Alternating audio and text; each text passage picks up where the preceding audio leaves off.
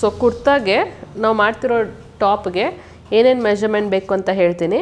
So shoulder measurement, bust point, waist point, hip length, arm round, neck front, top length, chest round, bust round, waist round, hip round.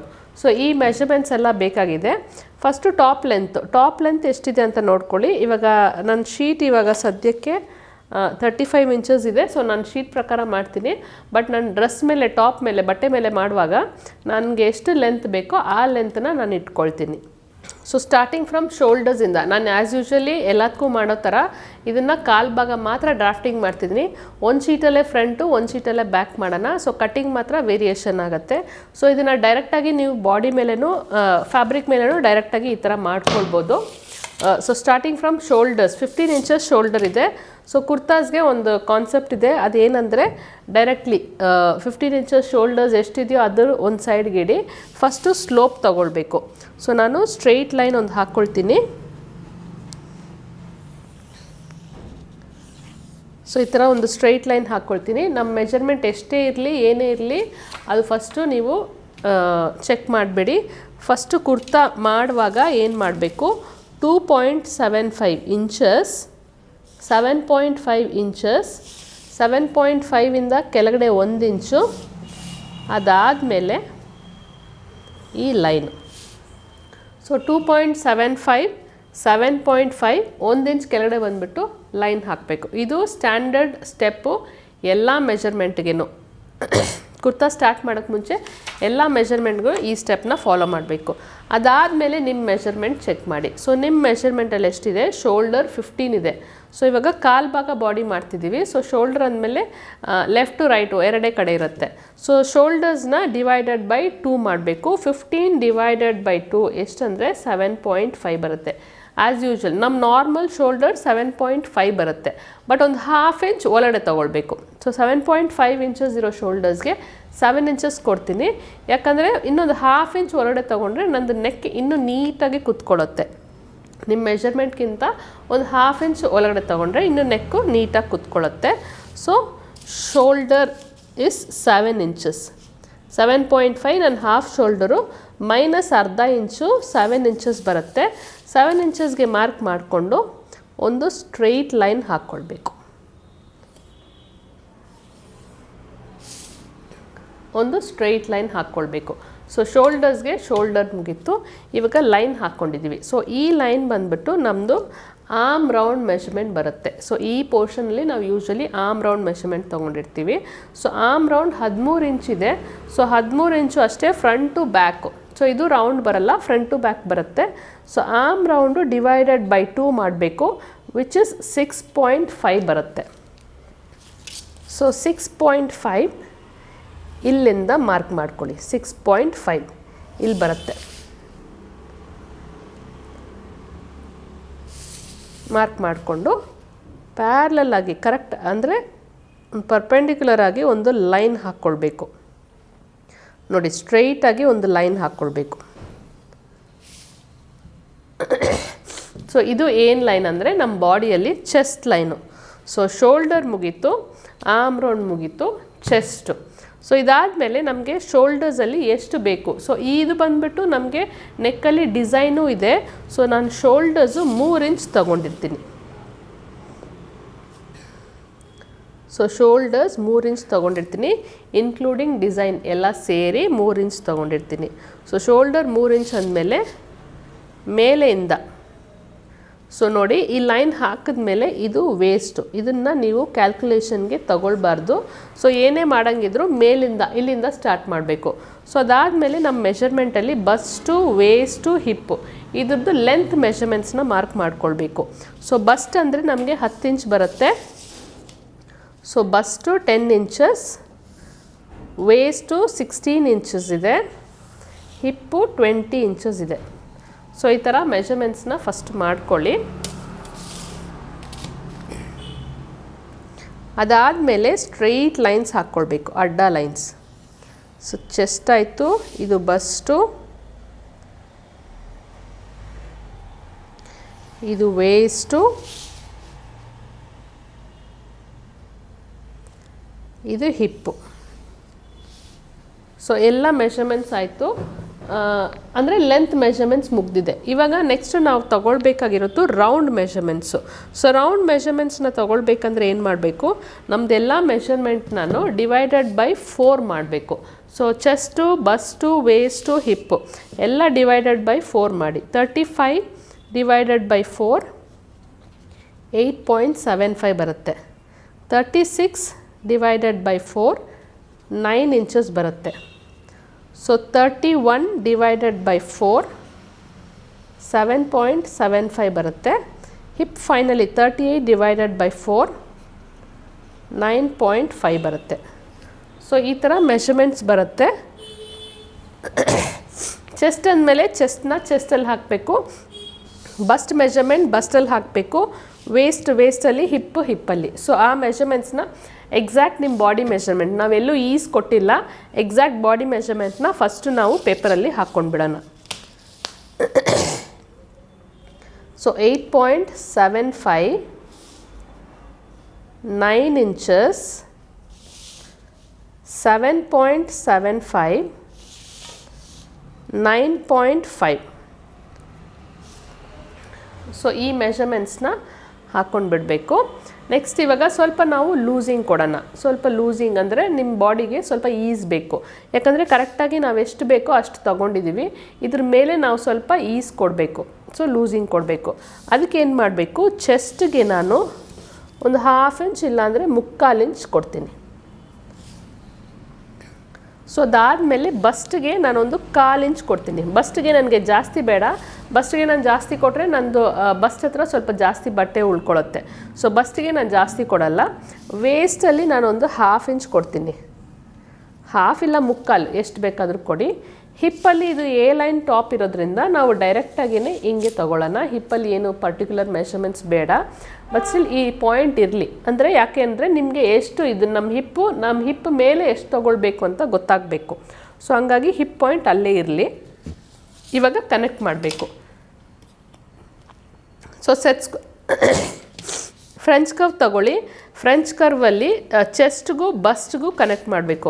So French ಕರ್ವಲ್ಲಿ ಈ portion ಇದೆ ಅಲ್ವಾ, so ಈ ಪೋರ್ಷನಲ್ಲಿ ನಿಮಗೆ ಜಾಸ್ತಿ shape ಬರಲ್ಲ. So ಅದನ್ನು ಡೈರೆಕ್ಟಾಗಿಯೇ connect ಮಾಡಿ. ಅದಾದಮೇಲೆ ಫ್ರೆಂಚ್ ಕರ್ವಲ್ಲಿ ಸೈಡ್ ಅಂತ ಒಂದು ಆಪ್ಷನ್ ಇದೆ. ಸೊ ಸೈಡ್ ಅಂತ ಆಪ್ಷನ್ ಇದೆ. ಸೊ ಅದನ್ನು ಈ ಮೆಷರ್ಮೆಂಟ್ಗೆ ಅರ್ಧ ದಾರಿ, ಸೊ ಸೈಡ್ನ ಸ್ಟ್ರೈಟಾಗಿ ಇಟ್ಕೊಳ್ಳಿ, ಅರ್ಧ ದಾರಿ ಬಂದು ಜಾಯಿನ್ ಆಗಿ, ತಿರ್ಗಾ ಅದೇ ಸೈಡ್ನ ಟರ್ನ್ ಮಾಡ್ಕೊಳ್ಳಿ. ಸೊ ಅದೇ ಅರ್ಧ ದಾರಿಯಲ್ಲಿ ಬಂದು ಜಾಯಿನ್ ಆಗಿ. ಸೊ ಈ ಥರ ಮಾಡ್ಕೊಳ್ಬೋದು. ಸೊ ನೋಡಿ ಇವಾಗ ಸೈಡ್ನ ಹಿಂಗಿಟ್ಕೊಂಡು ಹಿಂಗೂ ಮಾಡ್ಬೋದು, ಇಲ್ಲಾಂದರೆ ಸೈಡಲ್ಲಿ ಹಿಂಗಿಟ್ಕೊಂಡು ಇದನ್ನು ಫ್ಲಿಪ್ ಮಾಡಿಬಿಟ್ಟು ಹಿಂಗೂ ಮಾಡ್ಬೋದು. ಸೊ ಎರಡು ಮಾಡಿದ್ರೂ ಒಂದೇ ಥರ ಮೆಷರ್ಮೆಂಟ್ ಬರುತ್ತೆ. ಸೊ ಯಾವುದು ನಿಮ್ಗೆ ಈಸಿ ಇರುತ್ತೋ ಆ ಥರ ಮಾಡ್ಕೊಳ್ಳಿ. ಅದಾದಮೇಲೆ ಹಿಪ್ಗೂ ಇದಕ್ಕೂ ನಾರ್ಮಲಿ ಇಲ್ಲಿ ನೋಡಿ ನಾರ್ಮಲಿ ಕನೆಕ್ಟ್ ಮಾಡ್ತೀನಿ. ಅದಾದಮೇಲೆ ಎಷ್ಟು ತೊಗೊಳ್ಬೋದು ಅಂತ ಹೇಳ್ತೀನಿ ನೋಡಿ. ನಾರ್ಮಲಿ ವೇಸ್ಟ್ಗೂ ಹಿಪ್ಗೂ ಈ ಥರ ಕನೆಕ್ಟ್ ಮಾಡಬೇಕು. ಸೊ ಇದು ನಮ್ಮದು ನಾರ್ಮಲ್ ಬಾಡಿ. ಇವಾಗ ನಾವು ಸೈಡಲ್ಲಿ ಸ್ಲಿಟ್ ಕೊಡ್ತಿಲ್ಲ, ಡೈರೆಕ್ಟಾಗಿ ನಾವು ಎ ಲೈನ್ ಥರ ಮಾಡ್ತಿದ್ದೀವಿ. ಸೆಂಟ್ರಲ್ಲಿ ಫ್ರಿಲ್ಸ್ ಬರುತ್ತೆ. ಸೊ ಇಲ್ಲಿ ಫ್ರಂಟಲ್ಲಿ ಫ್ರಿಲ್ಸ್ ಬರುತ್ತೆ. ಸೊ ನಾನೇನು ಮಾಡ್ತೀನಿ, ಇದನ್ನು ನನಗೆ ಎಷ್ಟು ಬೇಕೋ ಅಗಲ ಅಷ್ಟು ತೊಗೊಳ್ತೀನಿ. ಹಿಪ್ ಇಲ್ಲಿದೆ, ಬಟ್ ಹಿಪ್ಗಿಂತ ಜಾಸ್ತಿನೇ ತೊಗೊಂಡಿರ್ತೀನಿ. ಸೊ ಅದಕ್ಕೆ ನಾನು ಸ್ಕೇಲ್ ತಗೊಂಡು ನೋಡಿ ಎಷ್ಟು ಅಗಲ ಬೇಕೋ ಅಷ್ಟು ಅಗಲ ನಾನು ಮಾರ್ಕ್ ಮಾಡ್ಕೊಂಡಿರ್ತೀನಿ. ಸೊ ಏನಾಗುತ್ತೆ, ನಂದು ಎ ಲೈನ್ ಟಾಪ್ ಥರ ಹೋಗುತ್ತೆ, ಸ್ವಲ್ಪ ಆ ಥರ ಎಷ್ಟು ಲೂಸ್ ಬೇಕೋ ಅಷ್ಟು. ಇಲ್ಲ ನಾನು ವೇಸ್ಟಿಗೆ ಆಲ್ರೆಡಿ ಲೂಸ್ ಕೊಟ್ಟಿದ್ದೀನಿ, ಸೊ ಇಷ್ಟು ಲೂಸ್ ಸಾಕು ಅಂತ ನಾನು ತೊಗೊಂಡಿದ್ದೀನಿ. ಇಲ್ಲಿ ಸೆಂಟ್ರಲ್ಲೂ ನಾನು ಫ್ರಿಲ್ಸ್ ಕೊಡ್ತೀನಿ, ಸೊ ಈ ಲೂಸ್ ನನಗೆ ಸಾಕು ಅಂತ ನಾನು ಲೈನ್ ತೊಗೊಂಡಿದ್ದೀನಿ. ಸೊ ಇದು ಸೈಡು ಮುಗೀತು. ಸೊ ಫ್ರಂಟ್ಗಾಗಲಿ ಬ್ಯಾಕ್ಗಾಗಲಿ ಇದೇ ಮೆಷರ್ಮೆಂಟ್ ಬರುತ್ತೆ ಸೈಡ್ಗೆ. ಇವಾಗ ಆರ್ಮ್ ರೌಂಡ್ ಮೆಷರ್ಮೆಂಟ್ ತೊಗೊಂಡೋಣ. ಆರ್ಮ್ ರೌಂಡ್ಗೆ ನೋಡಿ 6.5 ಇದೆ. 6.5 ಡಿವೈಡೆಡ್ ಬೈ 2 ಮಾಡಬೇಕು. ಎಷ್ಟು? 3/4 ಬರುತ್ತೆ. 3 ಕಾಲು ಸೆಂಟ್ರ್ ಪಾಯಿಂಟ್ ಹಾಕ್ಕೊಳ್ಳಿ. ಇವಾಗ ಫಸ್ಟು ಫ್ರಂಟ್ನ ಡ್ರಾಫ್ಟ್ ಮಾಡಿಬಿಡ್ತೀನಿ, ಅದಾದಮೇಲೆ ಬ್ಯಾಕ್ನ ಡ್ರಾಫ್ಟ್ ಮಾಡ್ತೀನಿ. ಸೊ 3 ಕಾಲಿಂದ 3/4 ಇಂಚು 3/4 ಇಂಚ್ ಒಳಗಡೆ ಬರಬೇಕು. ಸೊ 3/4 ಇಂಚ್ ಒಳಗಡೆ ಬರಬೇಕು.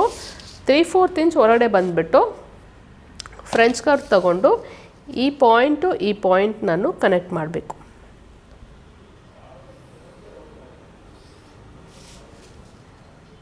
ಈ ಪಾಯಿಂಟ್ ನಾನು ಕನೆಕ್ಟ್ ಮಾಡಬೇಕು. ಸೆಕೆಂಡ್ ಪಾಯಿಂಟು ಈ ಲೈನ್ ನಾನು ಕನೆಕ್ಟ್ ಮಾಡಿದ್ರೆ ಸಾಕು. ಸೊ ಇಲ್ಲಿ ನೋಡಿ, ಸೊ ಒಂದು ಕರ್ವ್ ಬರುತ್ತೆ ನೋಡಿ, ನೀಟಾಗಿ ಎರಡಕ್ಕೂ ಜಾಯಿನ್ ಆಗುತ್ತೆ. ಲೈಕ್ ಮೇಲೆ ಲೈನ್ಗೂ ನಿಮಗೆ ಕರೆಕ್ಟಾಗಿ ಬರುತ್ತೆ, ಕೆಳಗಡೆ ಲೈನ್ಗೂ ಜಾಯಿನ್ ಆಗುತ್ತೆ. ಸೊ ಆ ಥರ ಇರುವಾಗ ನಿಮಗೆ ಕರ್ವು ನೋಡಿ ಒಂದೇ ಕರ್ವ್ ಅನಿಸುತ್ತೆ. ನೀಟಾಗಿ ಒಂದೇ ಸ್ಟ್ರಿಪ್ ಅಂದರೆ ಒಂದೇ ಸಮ ಮಾಡಿದ್ದೀರಾ ಅಂತ, 2 ಲೈನ್ ಹಾಕಿದ್ದೀರಾ ಅಂತ ಅನಿಸಲ್ಲ. ಆ ಥರ ಅನಿಸಿದ್ರೆ ನಿಮಗೆ ಕರ್ವ್ ಶೇಪ್, ಕೈ ಆರ್ಮ್ ರೌಂಡ್ ಶೇಪ್ ಚೆನ್ನಾಗಿ ಬರುತ್ತೆ. ಸೊ ಇದು ಫ್ರಂಟ್ ಆಯಿತು. ನೆಕ್ಸ್ಟು ಬ್ಯಾಕ್ಗೆ ಯೂಶಲಿ ಸ್ಟ್ರೈಟ್ ಇರುತ್ತೆ. ಸೊ ಈ ಪೋರ್ಷನ್ ಸ್ಟ್ರೈಟ್ ಇರುತ್ತೆ. ಇಲ್ಲಿಂದ ಇಲ್ಲಿ ಕನೆಕ್ಟ್ ಮಾಡಬೇಕು. ಸೊ ಈ ಲೈನ್ ಕನೆಕ್ಟ್ ಮಾಡಬೇಕು, ಈ ಪಾಯಿಂಟ್ ಕನೆಕ್ಟ್ ಮಾಡಬೇಕಂತಲ್ಲ, ಈ ಲೈನ್ ಕನೆಕ್ಟ್ ಮಾಡಿದ್ರೆ ಸಾಕು. ಸೊ ಈ ಥರ ಕನೆಕ್ಟ್ ಮಾಡ್ಬೋದು. ಇಲ್ಲ ನಿಮ್ಗೆ ಇನ್ನೂ ಸ್ವಲ್ಪ ಟ್ರಿಮ್ ಮಾಡಬೇಕು, ಎಕ್ಸಸ್ ತುಂಬ ಜಾಸ್ತಿ ಬೇಡ, ನನಗೆ ಫಿಟ್ಟಿಂಗ್ ಕರೆಕ್ಟಾಗಿರಲಿ ಅಂದರೆ ಹಿಂಗೂ ಮಾಡ್ಬೋದು. ಸೊ ಆ ಥರ ನೋಡಿಕೊಂಡು ನೀವು ಮಾಡಿ. ಸೊ ನಾನು ಇವಾಗ ಸ್ವಲ್ಪ ಒಳಗಡೆಯಿಂದನೇ ಕೊಡ್ತೀನಿ. ಸೊ ಈ ಥರ ಇವಾಗ ಆರ್ಮ್ ರೌಂಡ್ ರೆಡಿ ಆಯಿತು, ಫ್ರಂಟು ಆಯಿತು, ಬ್ಯಾಕು ಆಯಿತು. ಸೊ ನೆಕ್ಸ್ಟ್ ಲಾಸ್ಟಲ್ಲಿರೋದು ನೆಕ್ಕು. ಸೊ ನೆಕ್ ಶೇಪ್ಸ್ ಹೆಂಗೆ ಕೊಡಬೇಕಂತ ಹೇಳ್ತೀನಿ. ಸೊ ಫಸ್ಟು ಬ್ಯಾಕ್ನ ಡ್ರಾಫ್ಟ್ ಮಾಡಿಬಿಡೋಣ. ಬ್ಯಾಕಲ್ಲಿ ನಿಮಗೆ ಡೀಪ್ ಇರಲ್ಲ. ಸೊ ನಾನು ಒಂದು 1.5 ಇಲ್ಲಾಂದರೆ 2 ಇಂಚಸ್ ಡೀಪ್ ತಗೊಳ್ತೀನಿ. ಸೊ ಡೀಪ್ ತಗೊಂಡು ಫಸ್ಟು ಯಾವಾಗಲೂ ಸ್ಟ್ರೈಟಾಗಿ ಒಂದು ಲೈನ್ ಹಾಕ್ಕೊಳ್ತೀನಿ. ಲೈನ್ ಹಾಕ್ಕೊಂಡು ಅದಾದಮೇಲೆ ನಾನು ಕರ್ವ್ ಮಾಡ್ತೀನಿ. ಸೊ ಈ ಥರ. ಸೊ ಯೂಶಲಿ ಈ ಥರ ನಾನು ಬ್ಯಾಕಲ್ಲಿ ಡ್ರಾಫ್ಟ್ ಮಾಡ್ಕೊಳ್ತೀನಿ. ಸೊ ಈಗ ಬ್ಯಾಕ್ ಮಾಡಾಯಿತು. ಫ್ರಂಟಲ್ಲಿ ನಾನು 2 ಇಂಚಸ್ ಇಲ್ಲಿ ಗ್ಯಾಪ್ ಕೊಡಬೇಕು. ಸೊ ಫಸ್ಟು ನನ್ನ ನೆಕ್ ಎಷ್ಟಿದೆ ಅಂತ ನೋಡಿ, 6 ಇಂಚಸ್ ತೊಗೊಂಡಿದ್ದೀನಿ ನೆಕ್ಕು. ಸೊ 6 ಇಂಚಸ್ ಇಲ್ಲಿಂದ ಇಲ್ಲಿ ನೋಡಿ, 6 ಇಂಚಸ್ ನನಗೆ ಇಲ್ಲಿಂದ ಇಲ್ಲಿ ಬರುತ್ತೆ.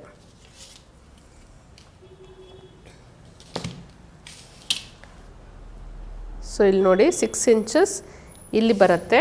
ಸೊ ಇಲ್ಲಿ ನಾನು ಓಪನ್ನು 1 ಇಂಚ್ ಅಂತ ಹೇಳಿದ್ದೆ. 1 ಇಂಚ್ ಈ ಕಡೆ, 1 ಇಂಚ್ ಆ ಕಡೆ, ಓವರಾಲ್ 1.5 ಇಂಚ್ ಬರುತ್ತೆ ನನಗೆ. ಸೊ ಇಲ್ಲಿ 1 ಇಂಚ್ ಓಪನ್ಗೆ, ಸೊ 1 ಇಂಚ್ ಓಪನ್ಗೆ ಫಸ್ಟು ಒಂದು ಲೈನ್ ಹಾಕ್ಕೊಂಡು ಅದಾದಮೇಲೆ ಈ ನೆಕ್ ಶೇಪ್ನ ಕ್ಲೋಸ್ ಮಾಡಬೇಕು. ಸೊ ಇದು ಯೂಶಲಿ ನಮ್ಮದು ನೆಕ್ ಹಿಂಗೆ ಇರಬೇಕು. ಸೊ ಆದಮೇಲೆ ನಮ್ಮದು ನೆಕ್ ಹಿಂಗೆ ಇರುತ್ತೆ. ಬಟ್ ಇವಾಗ ನಾವು ಇಲ್ಲಿ 1.5 ಇಂಚ್ ಪಟ್ಟಿ ಹಿಂಗೆ ತೊಗೊಂಡು ಬರಬೇಕು ಅಲ್ವಾ. ಸೊ 1.5 ಇಂಚ್ ಪಟ್ಟಿ ಹಿಂಗೆ ಬರುತ್ತೆ. ಸೊ ನಾನೇನು ಮಾಡ್ತೀನಿ, 1.5 ಇಂಚ್ ಇಲ್ಲಿ ಎಕ್ಸ್ಟ್ರಾ 1.5 ಇಂಚ್ ಮಾರ್ಕ್ ಮಾಡಿಕೊಂಡು ಈ 1 ಇಂಚ್ ಇದೆ ನೋಡಿ, ಈ 1 ಇಂಚ್ ಇದೆ ನೋಡಿ. ಸೊ ಅಲ್ಲಿಗೆ ನಾನು ಲೈನ್ ಹಾಕ್ಕೊಳ್ಬೇಕು. ಸೊ ಓವರಾಲ್ ಏನಾಗುತ್ತೆ, ನಮ್ಮ ನೆಕ್ ನೋಡುವಾಗ ನನ್ನ ಪಟ್ಟಿ ಹಿಂಗೆ ಬಂದಿರುತ್ತೆ. ಬಟ್ ನಾನು ಕಟ್ ಮಾಡುವಾಗ ಈ ಥರ ಕಟ್ ಮಾಡ್ಕೊಳ್ಬೇಕು. ಸೊ ಕಟ್ ಮಾಡುವಾಗ ನಿಮ್ಗೆ ಇನ್ನೂ ಕ್ಲಿಯರಾಗಿ ಅರ್ಥ ಆಗುತ್ತೆ. ಸೊ ನೆಕ್ಕು ಇಲ್ಲಿಂದ ಇಲ್ಲಿ ಜಾಯಿನ್ ಆಗುತ್ತೆ. ಬಟ್ ನಾನು ಕಟ್ ಮಾಡುವಾಗ ನೆಕ್ಕನ್ನ ಹಿಂಗೆ ಕಟ್ ಮಾಡಬೇಕು. ಸೊ ಈಗ ಫಸ್ಟು ನಾನು ಬ್ಯಾಕ್ ಕಟ್ ಮಾಡಿಬಿಡ್ತೀನಿ. ಬಾಡಿಯಲ್ಲೂ ಅಷ್ಟೇ ಬ್ಯಾಕ್ ಕಟ್ ಮಾಡಿಬಿಟ್ಟು ಆಮೇಲೆ ಫ್ರಂಟಲ್ಲಿ ಇದನ್ನು ಡೀಟೇಲಾಗಿ ಹೇಳ್ತೀನಿ ಯಾಕೆ ಈ ಥರ 2 ಲೈನ್ ಹಾಕ್ಕೊಂಡಿದ್ದೀನಿ, ಯಾವ್ದು ಫಸ್ಟ್ ಕಟ್ ಮಾಡಬೇಕು, ಅದಾದಮೇಲೆ ಯಾವ ಥರ ಬರುತ್ತೆ ಅಂತ.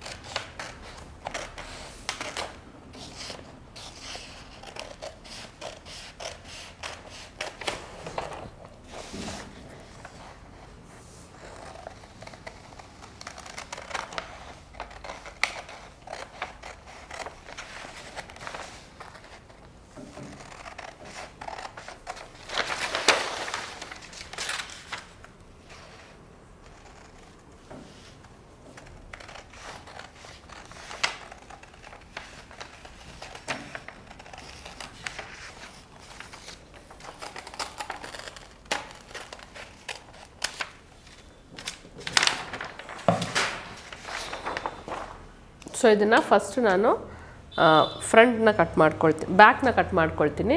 ಬ್ಯಾಕ್ನ ಕಟ್ ಮಾಡಿಬಿಟ್ಟು ಫ್ರಂಟಲ್ಲಿ ಏನೇನು ಶೇಪ್ ಕಟ್ ಮಾಡಬೇಕೋ ಅದನ್ನು ಕಟ್ ಮಾಡಿಬಿಟ್ಟು ನಾನು ಫ್ರಂಟಲ್ಲಿ ಕಟ್ ಮಾಡ್ಕೊಳ್ತೀನಿ.